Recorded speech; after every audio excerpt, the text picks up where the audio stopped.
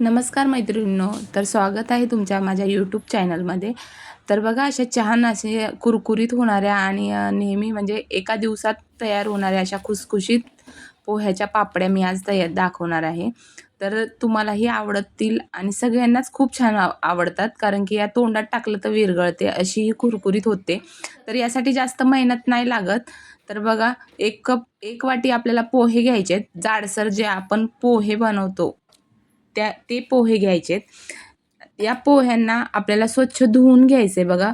पोह्यामध्ये धूळ, माती खूप बसलेली असते आणि जे पोहे असतात त्याच्यावरती पावडर वगैरे लावल्यासारखे असते. त्यामुळे ते आपल्याला स्वच्छ धुवून घ्यायचेत. बघा किती काळं-काळं पाणी निघते आणि मग त्यासाठी आपल्याला छान धुवून घेतल्याच्यानंतर हे पाणी आपल्याला फेकून द्यायचंय आणि जे आपले पोहे आहेत यामध्ये दुसरं स्वच्छ पाणी टाकून निदान 15 ते 20 मिनिट हे आपल्याला पाण्यामध्ये ठेवायचे. 15 ते 20 मिनिट म्हणलं तरी 10 मिनिट जरी तुम्ही ठेवले तरी चालतील. त्यानंतर आपल्याला एका चाळणीवरती हे पोहे टाकून घ्यायचे आहेत. म्हणजे एक्स्ट्राचं जे पाणी आहे ना, ते निघून जाईल आणि असे पोहे एकदम दबले पाहिजेत. म्हणजे असे बोलतात ना, चुरा झाला पाहिजे त्याचा.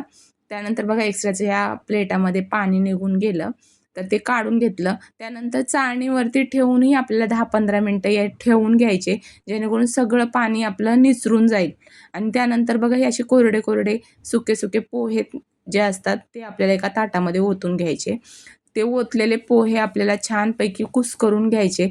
त्याचा आपल्याला छान असा एक गोळा मळून घ्यायचा आहे आणि हा छान घट्टसर होतो, कारण की पोहे माहिती आहे तुम्हाला, पोहे जे असतात ते एकदम कोरडे-कोरडे म्हणजे सुके-सुके होत चालतात. जेव्हा आपण पोहे पण बनवतो खाण्यासाठी कांदे पोहे, तेव्हाही ते एकदम सुके-सुके होत राहतात. त्यामुळे मग हा पोह्याचा जो गोळा आहे तो आपल्याला छानपैकी मळून घ्यायचा आहे आणि माझा हा गोळा बघा मी थोड्या वेळाने असं छान मळून झाला.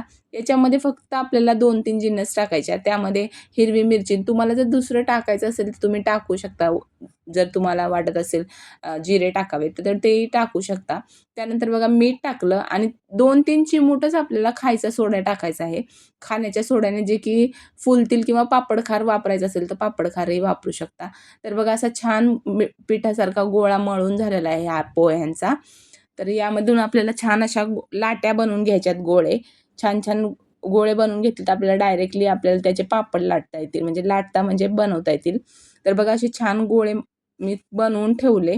त्यानंतर आपल्याला काय करायचं आहे, तर एक प्लास्टिक पेपर घ्यायचा आहे. त्या प्लास्टिक पेपरवरती तो गोळा ठेवायचा.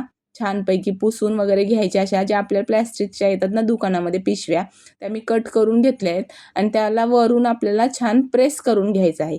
तुम्ही हाताने करा आणि असं म्हणजे मनगटाने किंवा आपल्याला आपल्या अंगठ्याच्या सहाय्याने बघा चम्मचने पण आपण करू शकतो आणि या पापड्या जास्त पातळ करायच्या नाही, कारण की त्याला जास्त क्रॅक जातात. बघा अशी छान अशी पापड तयार आहे. छोटीशी पापडी तयार झाली आणि छान प्लॅस्टिकवरती केल्यामुळे पटकन निघून जाते ती. त्यानंतर आपल्याला बघा अशी छान दिसते आणि मग नंतरच्याला मी दुसरीही करून घेतली.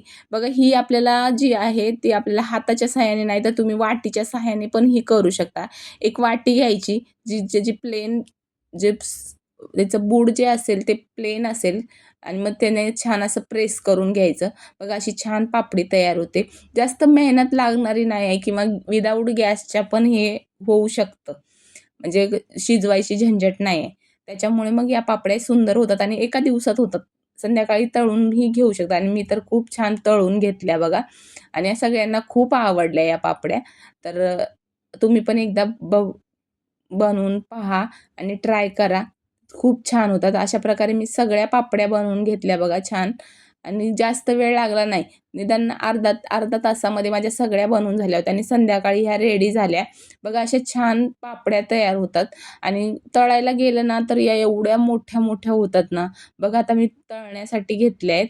तर बघा तळायला घेतली तर बघा केवढी मोठी होते. एवढीशी बनवली तरी ती छान मोठी फुलते.